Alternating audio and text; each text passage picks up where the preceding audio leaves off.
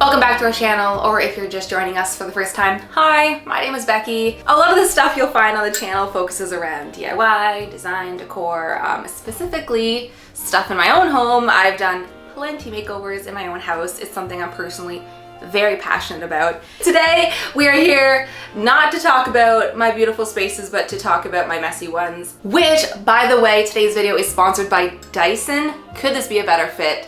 I'm going to be telling you about one of their amazing products a little later on that's really helped me. In today's video, I'm going to try my very best as someone who does not enjoy cleaning and tidying up to give you the tips I have been teaching myself to get around that. My sort of lazy girl or tips for people who hate cleaning on how to clean. And with that, it should be very obvious that I am no expert in cleaning. Take this all with a grain of salt, it's just what's been working for me. Let's clean up my home together, guys, and maybe I can help you along the way. Let's get started, I guess, in my kitchen because we're here already. Let's just do it, okay? Into the thick of it. My pile of dishes. I try to be very gentle with myself when it comes to cleaning and not put impossible standards on me because then I will never do it. But I've also learned the importance of self-reflecting and knowing when I am making a freaking mountain out of a molehill. Something I tend to do a lot. So, one thing I realized in the vein of that is that I tend to think that tasks are going to take way longer than they actually are, which stops me from doing it because I'm like, I don't have 4 hours to put away these dishes. Who does? It's not gonna take 4 hours. So one thing I've been trying to implement, and you guys can try this out too, is when you have a task that you need to repeat often, such as putting away all dishes, it's helpful to know how long it actually takes and be real with yourself so that when you find out it doesn't actually take that long, it will inspire you to do it more often because it's really not that bad. So what I'm gonna do is set a timer and clean all this up. And I guarantee you it's going to take so much less time than I think it's gonna take. Because if you ask me now, I'd say this is like, I don't know, a half an hour job to clean the counters on this kitchen. So let's do it. Let's set a timer, let's get it done, and then I think we'll be surprised to find it's really not that bad. All right, we're gonna use the handy dandy stopwatch here and get it going.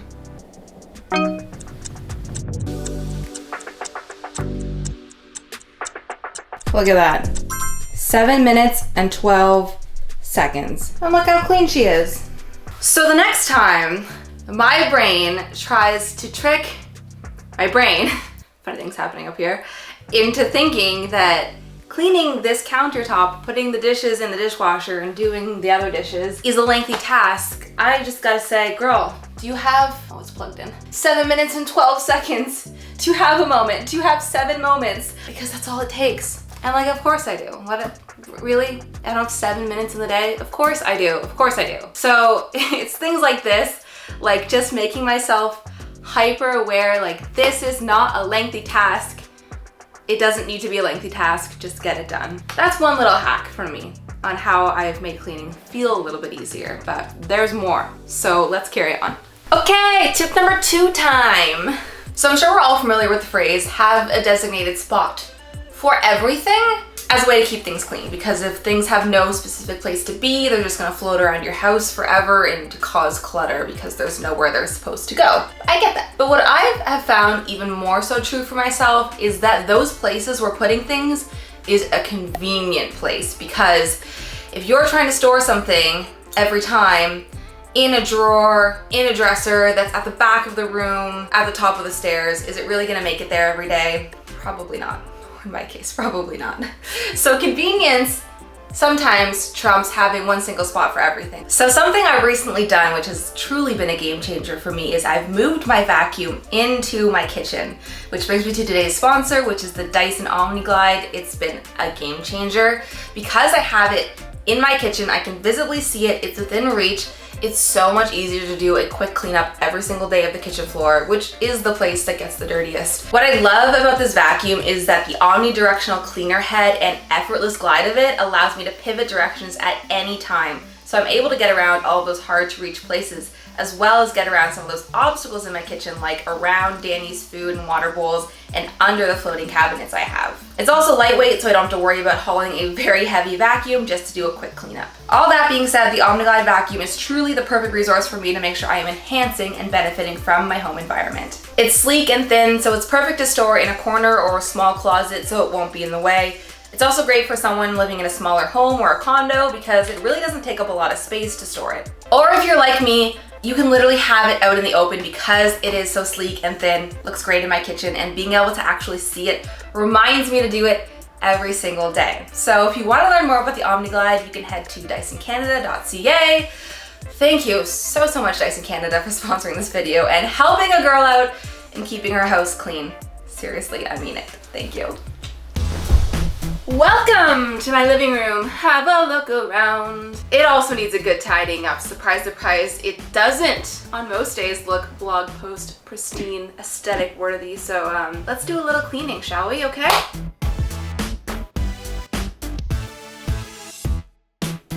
All right, much better in here. Okay, let's move on to tip number 3, guys. This one is a very personal one for me, and I feel like we might disagree a little bit on this. And I gotta call myself out on this one too. So the name of this tip is called, "With great basket comes great responsibility."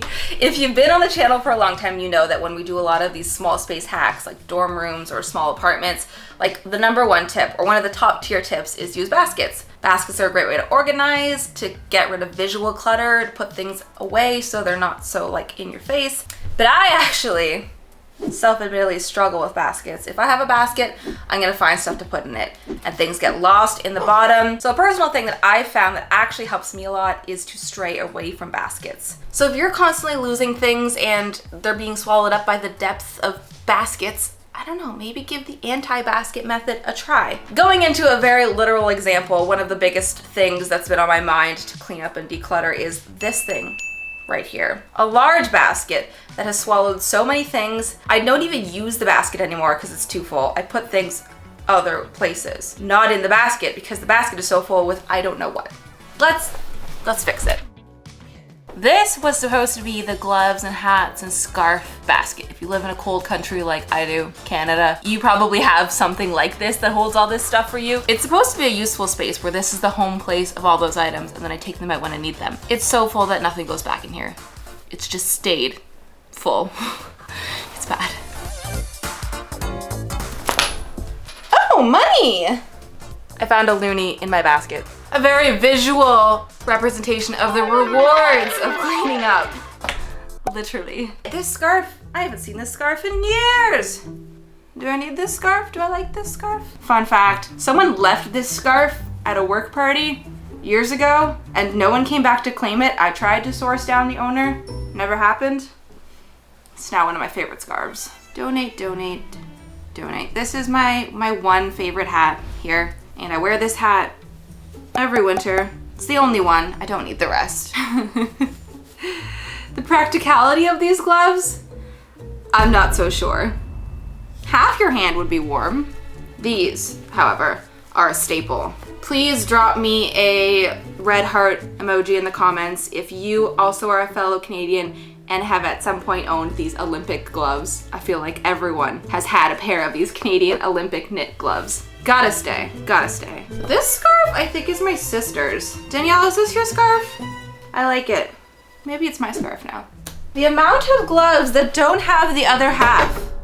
Are gloves just like socks? They repel their partner and you can never find them? I am overwhelmed. And see, this is why I can't take myself seriously with the amount of layers I'm wearing right now. Okay. And this is why I find baskets are like a very slippery slope. They're like a gateway into clutter because it's so easy to lose things in the bottom of baskets. So I really try and limit myself with baskets. They're great for some people, not amazing for me. I don't have a lot of them around my house. And if I do, they're for very select items. Like I have my sewing equipment in one small basket. And I think I have a basket in my bathroom that has like hairbrushes in it. And truthfully, that is it. I know it sounds wild, but this is what happens when I use baskets, okay? The world descends into chaos.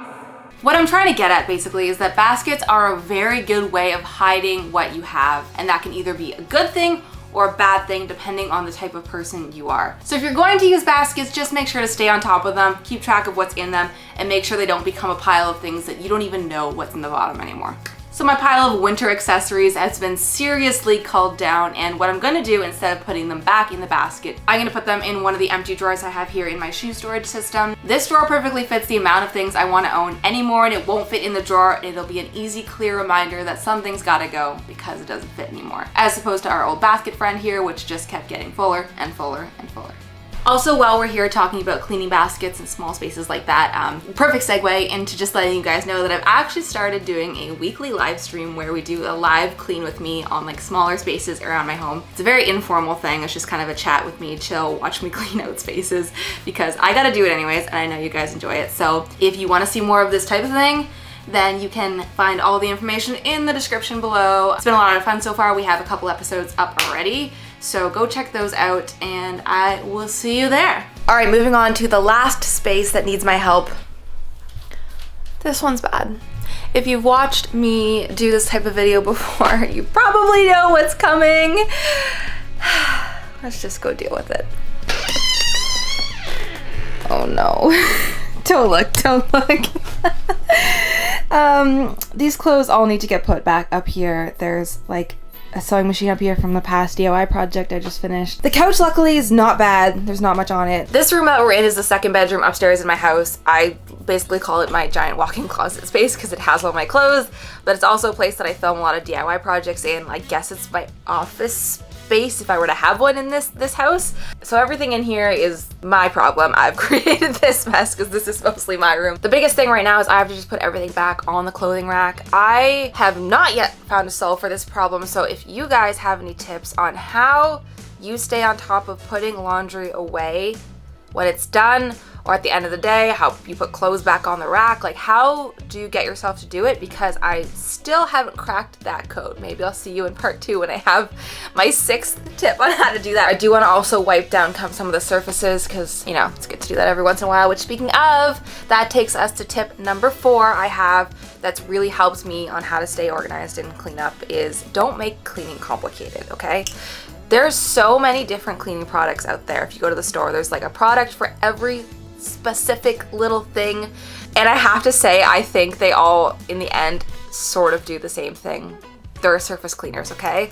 A tile surface cleaner versus a table surface cleaner versus a floor surface cleaner versus a wall surface cleaner. Like, the marketing they put into that is designed to make you think that you need something different to do everything. That's just not true for me. I'll tell you what I do. I have this amber glass spray bottle, and all this is like 80% water, and it's diluted a little bit with some of the Miss Meyer's soap or like the Dr. Bronner's soap. It comes in a big bottle, it's concentrated, and all you have to do is add it to a little bit of water and it makes a surface cleaner spray. It will last you forever. And I have this same bottle solution in several places around my house, so I can grab it. It's easy. It works on everything and it gets the job done to clean it, because as soon as you tell me I need to have 4 different cleaners to do one room, it's overwhelming and I'm not gonna do it. So don't overcomplicate it for yourself. Of course, if cleaning is your passion and you really love having different cleaners, go for it, okay? Go for it.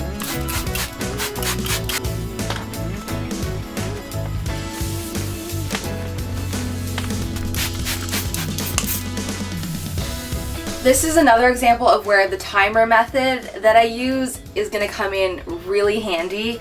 Instead of timing myself this time, instead I'm gonna give myself a timer. I'm gonna set my phone for 10 minutes and see how much we can do, because I think this is more than a 10-minute job, but I also think I'm gonna get a lot done. 10 minutes, starting now.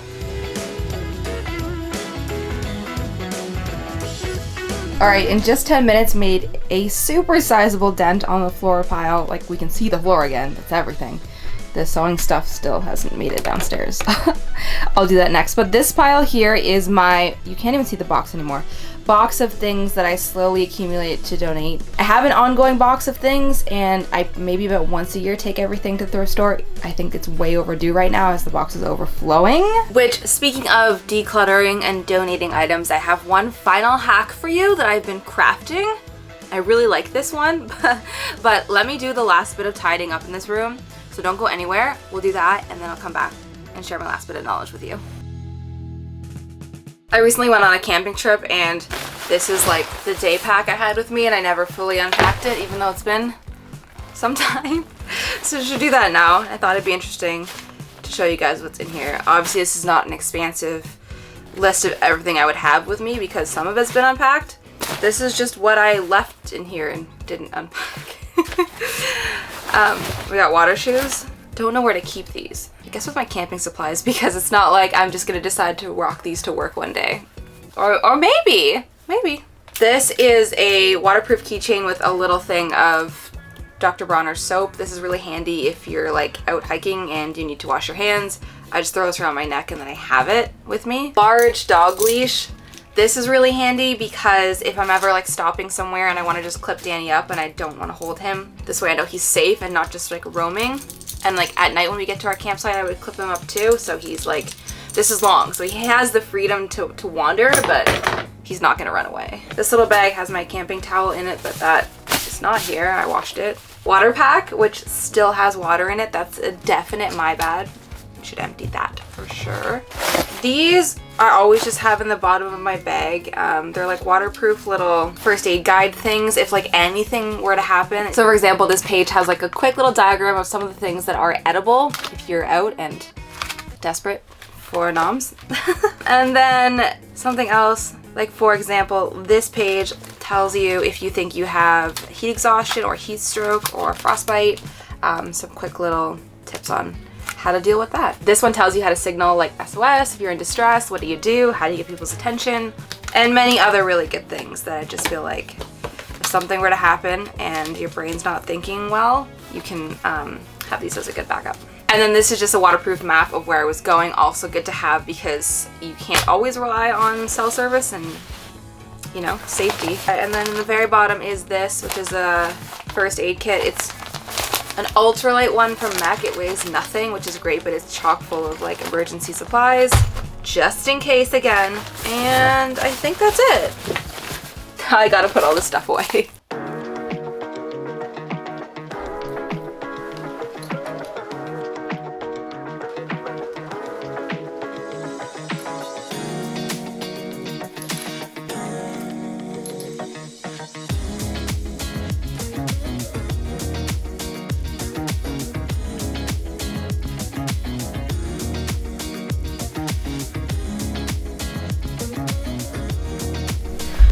Okay, very successful day so far, and we are on to the last piece of advice I have for you.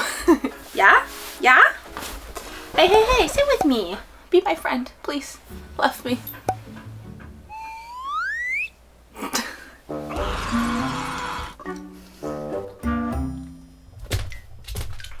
Sure, that's fine. So, one of the harder pills to swallow that I've had to learn myself is that usually when a space is really hard to upkeep and keeps getting messy and it becomes like a constant task to keep cleaning and organizing, it might be because you have too many things. There's too many things you're trying to fit in this space and that's why it's always messy. Which I have realized is probably part of the problem with this room. I have too many clothes I'm trying to always put away, which is why they end up on the floor. And I know this, so I always keep reminding myself that I need to go through everything and declutter the things I don't wear anymore, get rid of things, donate things, pass them on to friends, new homes. When I start to do that all in one day, I'm not very good at it. I fall into the trap of when I pick something up, I'm like, oh, well, I might wear this. I could see myself wearing this one day. And I put it back on the rack. And that's not helpful for me in any way. So I've been developing this system or method, I guess you could call it, although I don't really know what I call it. And forgive me if this already exists and someone's come up with this and given it a brilliant name, let me know below, I don't know. But I've been trying this out for the last little bit and so far, I like it. So this method has been great for two reasons. One, it puts every single item of clothing that I have through a stress test to see if I can actually make an outfit out of it. By limiting myself to doing that with only one item of clothing every single day, I don't have to get overwhelmed by thinking about all of them. I'm focusing on one piece a day. So this is a longer game process, but I think it's a more authentic way of doing it. Second reason why I love this, I kind of liken it back to the days of if you've ever worn a school uniform or you have a job where you wear a uniform, you don't have to think about it. You get up and you know exactly what to wear. It takes the stress out of looking at your wardrobe as a whole and trying to pick an outfit out of that, and instead it limits you to one item that you build an outfit around. So let me explain further. Okay, so I have all of my clothing hung up here in a totally random order. The order doesn't matter. And essentially what I do is I start at the very end and I pick the first item on the rack. So today's item would be this top right here. This is the item no matter what. This is what I have to build an outfit around. So this forces me to physically put the item on, try and style it, look at it in the mirror. It's the only thing I'm worrying about today. And I have to decide, do I like this? Can I build an outfit around it? Would I wear it again? So if I can't build an outfit around it that I really like, or I'm finding that it doesn't fit me well anymore, that is how I know this does not need to stay in my wardrobe anymore. To build this outfit, I can pull any other piece from here. It doesn't really matter. We're not worried about that. We're worried about making this work and figuring out, do I love it? Yes or no. Once the outfit's done, the day is done, we've decided I love it, it goes to the very back of the rack, okay? All the other items used can go back in here, it doesn't matter. All that matters is that one piece we were worrying about today, it's a keeper. So tomorrow, the next day, here we go. I have my item already picked out for me. It is these pair of pink bell-bottom pants. Can I actually build an outfit around it? Like all the other times when I've been sorting through my closet and think, yeah, I'll wear that. Today's the day. Am I going to wear it? Yes or no? Do I love it? Does it fit well? If the answer is yes, we've built a great wardrobe. We decide we love these. They go to the very back of the rack, okay? So by the time I get through all the items here, I will have worn and tried on every single item here. I will have tried to make an outfit with it. I would have seen if it fits me. Do I like it still? And that's a much faster way for me, even though it feels very slow, to actually know for sure, do I like all these pieces? Because some things in here, without this, they just sit in here for a very long time and they never actually get worn. I've been loving this method. Is there a name for it? Let me know. What should we call it? But I love it. It makes getting up and figuring out an outfit a little bit easier, and it makes me actually wear all the things and figure out if I like them. Now, of course, you can tailor and alter that system to whatever works for you, and of course, this wouldn't be without some exceptions. I do have a little closet beside this that has all my like fancier items, like dresses and stuff that really only get worn at specific events. Those don't count. I have a drawer of like summer shorts, and since it's not really summer anymore, I'm not going to be trying to make those work right now, but the main rack is my main, like this season, any day can go rack. All right, well, that's all I have for you guys. Great day, good job. We cleaned a bunch of spaces together, and I hope some of these tips maybe are useful for you. Again, they're all very personal things that I've learned about myself and how I like to organize and tidy, so if it doesn't work for you, don't worry about it. Don't think about it too much. You've got your own system that works. But if it does help you in any way, I love that. I love sharing the knowledge. So thank you so much for joining me today. If you guys like this kind of content, please subscribe. It really does help a lot if you're enjoying our content to subscribe. Truly, it means a lot. So consider that button. Consider that button. Just consider it. And then click on it. I had a great time with you guys today, and I will see you in the next one. Thank you again.